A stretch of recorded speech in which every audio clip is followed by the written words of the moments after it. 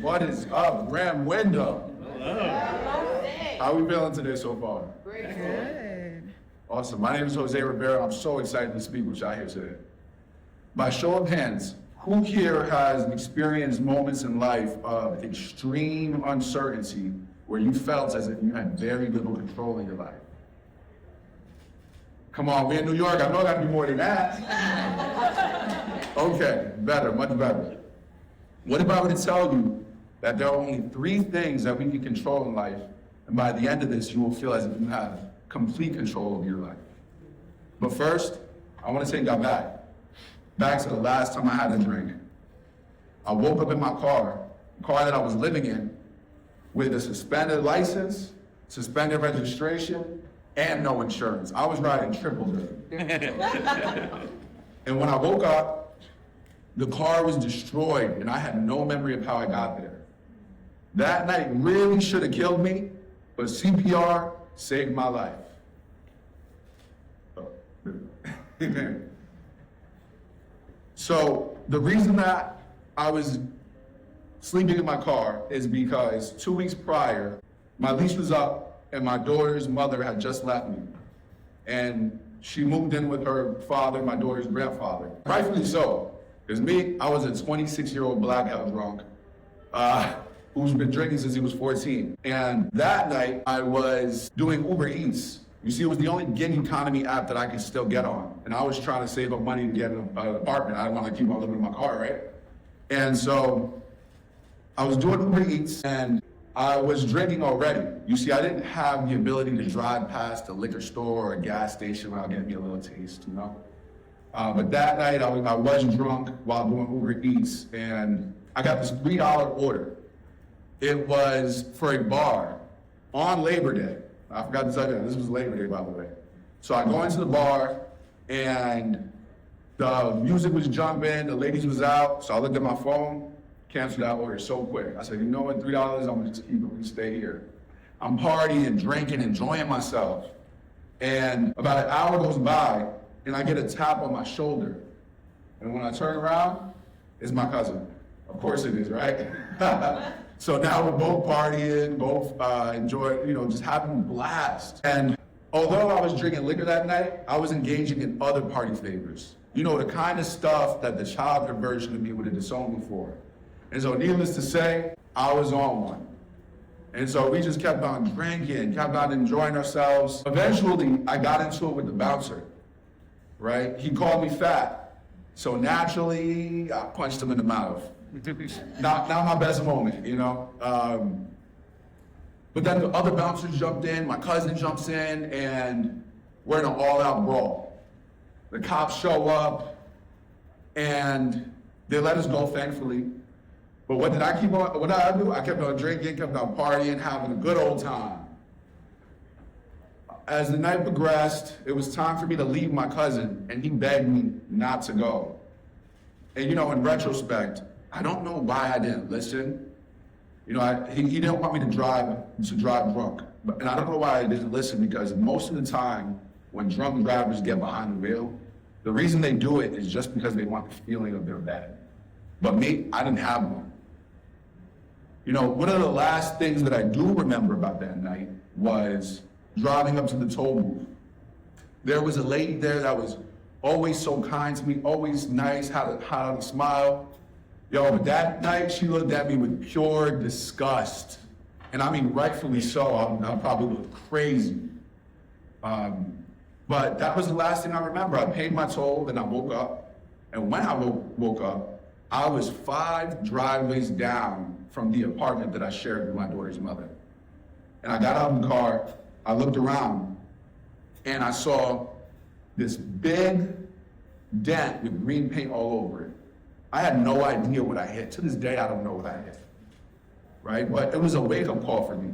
I instantly called my mother and I told her, I said, hey, Mom, I think I got a problem.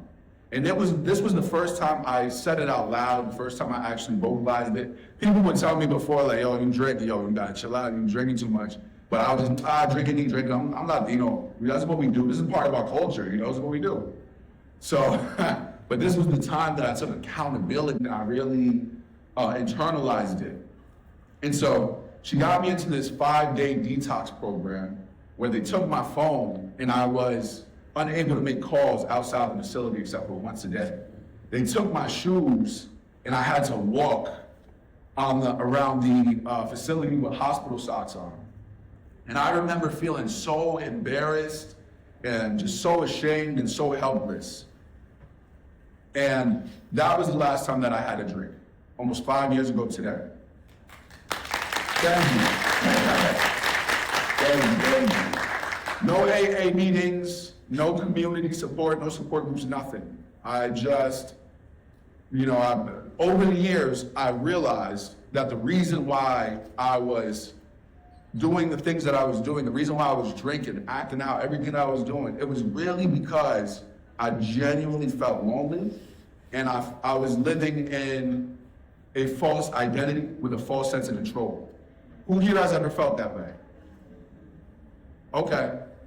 All right, well, if you raised your hand, I would encourage you to listen very closely and take notes. Back when I was in the detox facility, I had low self-esteem, I had no direction, I really didn't even trust my own thoughts. But then I thought to myself, there's one thing, only one thing that no one can take away from me. I call it my CPR Framework. The C stands for consume. We've all heard the story of Adam and Eve in the garden and the serpent. And I think the thing that a lot of people overlook is that before Eve ever consumed with her mouth, she consumed with her eyes, right? And so that was the serpent's trick, was to make her focus not on her abundance, but her lack. And that was the same thing that I was going through when I was a 400-pound homeless alcoholic. Damn near 400-pound homeless alcoholic. I never looked at nutrition labels. All I thought about was how delicious the food looked, how good that bottle of Johnny Walker Blue looked, not the effects that it would do on my body, but how I would feel after I consumed it. And you all remember that debt I showed you, right? So this debt, I kept it as the wallpaper on my phone for over a year. I didn't know it then, but what I was doing was programming my subconscious mind not to desire alcohol because this would be the outcome. You see, whether it is binge watching TV shows, binge eating, excessive scrolling, spending too much time on dating apps, whatever it is, I feel like we all genuinely have a mental distraction or consumption that keeps us from our true abundance. The second initial in CPR stands for produce. We all know somebody who's big talk, always has a new diet, a new fad that they're doing, but never follows through. Well, throughout my life, I have been that someone. I've had all of this knowledge about finance while being broke. I had all this knowledge about fitness and nutrition while being, as my kids would say, a big bag. The one thing that I have learned is that every thought is a seed, and every idea is a seed, and every idea has a crux. The crux is the moment in the journey or the climb where the challenge feels so impossible that most people give up. But when you stick through it, you end up better than when you started.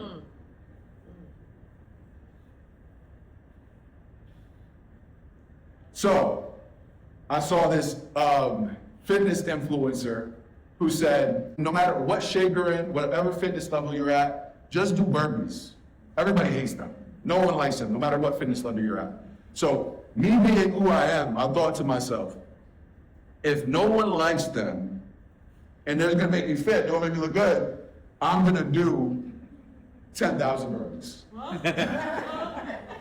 Very on brand for me, very on brand. And so, I'm getting in rhythm. I'm doing 100 burpees a day for 100 days straight, right? I make it to day 35, and I broke my ankle playing pickup basketball. All the wives and girlfriends here, they know it's always with us men, it's always in pickup basketball for whatever reason. And so that's what happened. I broke my ankle playing pickup basketball, and I was devastated.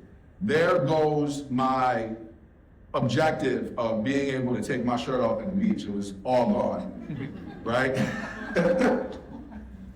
and it was, I was almost in a depression. And my wife's here, she'll tell you, like, that was unbearable.